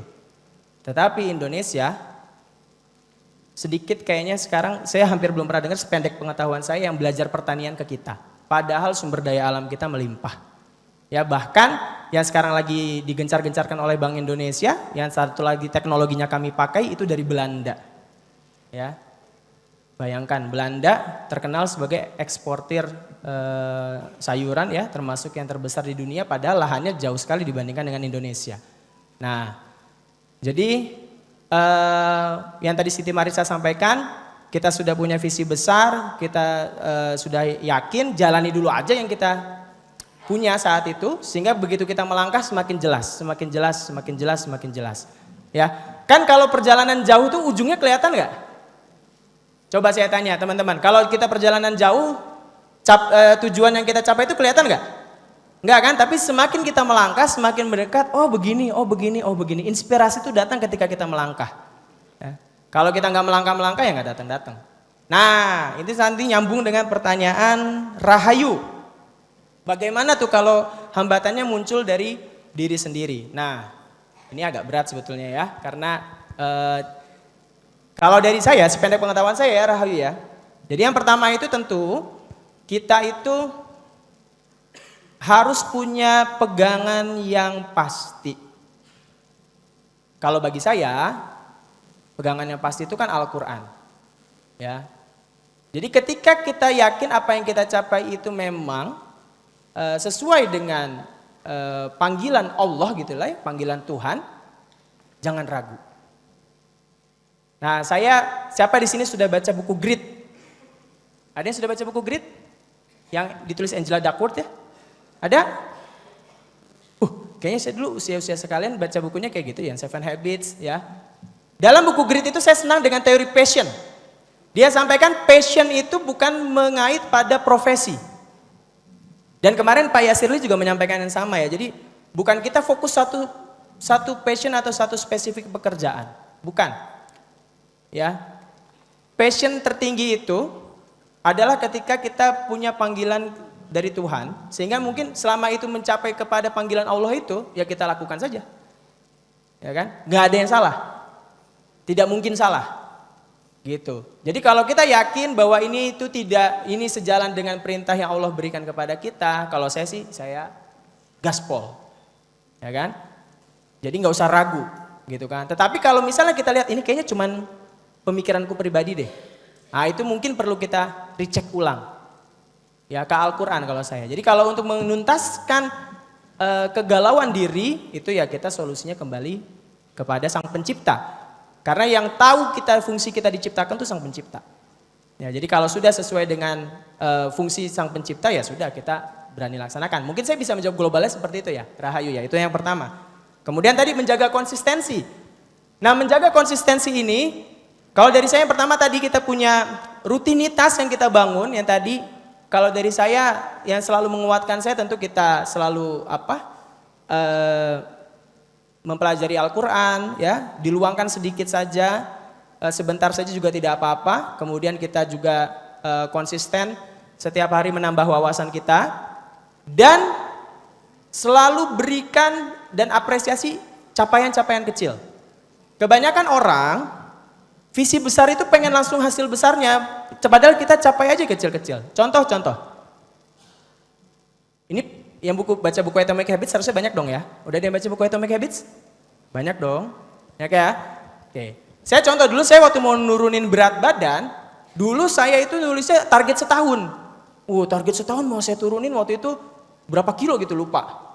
Nggak pernah kejadian. Kejadiannya habis itu saya rubah seminggu. Saya seminggu sekali tuh saya bikin target kurang-kurangin. Gak jalan juga. Begitu saya turunin, tiap hari at least 100 gram. Nyampe loh. Gitu. Jadi kita harus apresiasi langkah-langkah kecil kita, ya. Dan jangan bandingkan kita dengan orang lain. Ingat itu penting. Jangan bandingkan kita dengan orang lain, tapi bandingkan kita dengan diri kita sebelumnya. Pastikan diri kita saat ini lebih baik daripada kita kemarin. Pastikan kita selangkah demi selangkah mencapai visi kita. Ya. Itu penting, ya. Jadi jangan bandingkan diri dengan orang lain, apalagi kita berusaha berkompetisi dengan orang lain. Jangan. Daripada berkompetisi sama mereka, mending aja kerjasama kolaborasi. Saya juga sama, daripada ngelihat teman-teman yang punya usaha keren-keren, sampai omsetnya sekian, kolaborasi yuk. Akhirnya mereka jadi investor di pesantren kami. Ya kan? Jadi jangan sibuk kita membandingkan diri dengan orang lain, bandingkan diri kita dengan diri kita sebelumnya. Ya, itu pesan saya sehingga kita bisa terus konsisten mengejar visi yang sedang kita kejar. Mungkin begitu ya, Rahayu? Oke, terima kasih. Assalamualaikum. Langsung closing aja Kak Mahdi. Closing 2 menit. Closing statementnya apa ya? Ya. Apa yang mau di closing ya? Oke, intinya sih yang tadi saya sampaikan, teman-temanku sekalian. Tadi sudah lihat ya, yang 18 tahun sudah bisa jadi panglima perang. 21 tahun ada yang 21 tahun angkat tangan? 21 tahun angkat tangan? Tuh, ada ya? Yang lebih tua dari 21? Lebih tua dari 21 tahun ya. Dulu ada yang seusia kita sudah menaklukkan negara adidaya. Nah, artinya kita semua mari memulai berpikir berorientasi untuk orang lain. Saya nggak suka dan mudah-mudahan teman-teman di sini nggak terpengaruh ya. Saya dulu sering lihat podcast itu berbicara.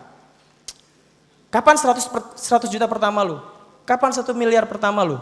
Kata saya, ngapain begitu? Kenapa nggak kapan 100 juta pertama kita? Kapan 1 miliar pertama kita? Kita. Ya. Kenapa harus sendiri-sendiri? Kenapa? Ya karena kalau bersendiri-sendiri kita bergeraknya ya susah. Makanya tadi orientasi kita coba rubah pada kebermanfaatan. Jadilah orang yang bermanfaat, ya. Dan itu yakini karena semua orang-orang sukses itu dia menjadi solusi. Ketika orang lain berhenti pada keluhan, dia melanjutkan sampai kepada solusi. Betul begitu? Ya. Jadi coba kalian perhatikan dulu kita naik ojek, nggak tahu masih ngalamin nggak ya? Harga belum pasti, ya kan? Kemudian dapetinnya juga susah. Nah itu kan orang cuma bisa ngeluh. Gimana sih sama abang ojek ini? Kok harganya mahal dan sebagainya, kalau sama yang ini murah, ya kan? Ya daripada mengeluh, tapi ada orang yang menciptakan solusi. Nah itu juga yang saya biasakan di santri-santri di Alumana itu, ya. Mereka ada yang karena kotor, kasurnya sering lecek, ya mereka coba jadi solusi di situ. Mereka akhirnya bikin alat yang bisa penjepit spray, sehingga spray itu selalu rapih. Kebetulan di kami ada lomba Jadi dengan kita menjadi solusi dari tempat terdekat kita saja, cuman yang ada di dekat-dekat di asrama kita saja itu sudah melahirkan sebuah inovasi dan kebermanfaatan. Jadi tidak usah yang sekali lagi tadi saya sampaikan, mari orientasinya kita rubah kepada kebermanfaatan, lakukan sesuatu menjadi solusi buat orang lain, jangan kita menjadi beban buat orang lain. Kalau sudah semua orang punya visi, punya bermanfaat untuk orang lain, maka kita semua akan tentram. Betul? Tapi kalau sudah masing-masing fokusnya kepada individu-individu, egois, ya nggak akan jadi. Kita akan kuat kalau kita bersama-sama, maka mari kita bersama-sama, tiap individu dari kita punya sedikit saja keinginan kita bermanfaat bagi orang lain, bukan menjadi beban. Itu saja mungkin pesan dari saya. Terima kasih. Wassalamualaikum warahmatullahi wabarakatuh. Waalaikumsalam warahmatullahi wabarakatuh. Terima kasih banyak Kak Mahdi atas studium generalnya yang menurut saya tentu sangat luar biasa dan relevan buat adik-adik ya. Sebelum penutupan ada apresiasi dari Kak Mahdi untuk penanya terbaik. Akan diberikan hadiah buku. Siapa?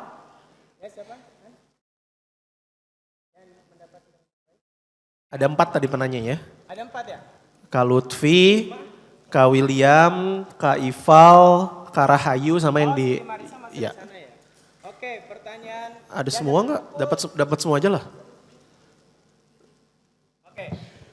Ini bukan saya milih ya. Jadi buku ini nanti untuk Lutfi, mana Lutfi? Oke, Boleh ke sama depan, Ival. boleh ke depan Mas Lutfi. Oke, Lutfi Mas dan Ival boleh ke Ival depan. silahkan ke sini. Kemudian nanti untuk Mas William sama Mbak Rahayu. Rahayu dan Mas William kita dapat tenang. Ini juga Fish and Kids ya produk kita. Silakan ke depan, boleh? Boleh ya ke depan? Boleh ke depan, boleh. Oke. Langsung naik ke atas aja Mas Ival, Mas Lutfi.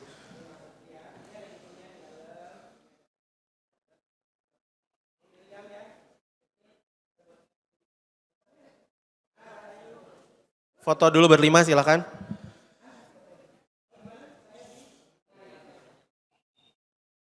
Saya gak diajak Kak Mahdi. Bercanda. Sini tengah. Oh gitu, siap. Siap. Bu Lala ikut Bu Lala. Ibu ikut Bu.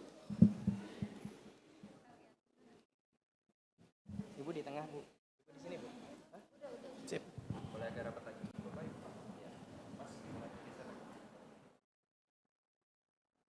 Izin kami pandu untuk pengambilan gambar dalam 3, 2, 1.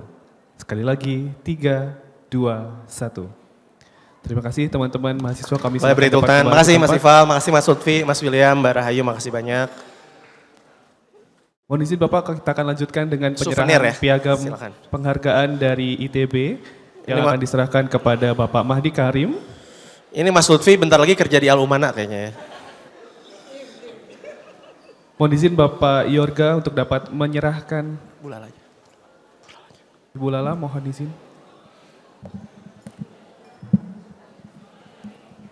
Baik, kami hitung untuk. Masuk aja dulu nanti aku. Baik, mohon izin kami hitung dalam pengambilan gambar 3, 2, 1. Sekali lagi dengan Bapak Yorga. Siap. 3, 2, 1.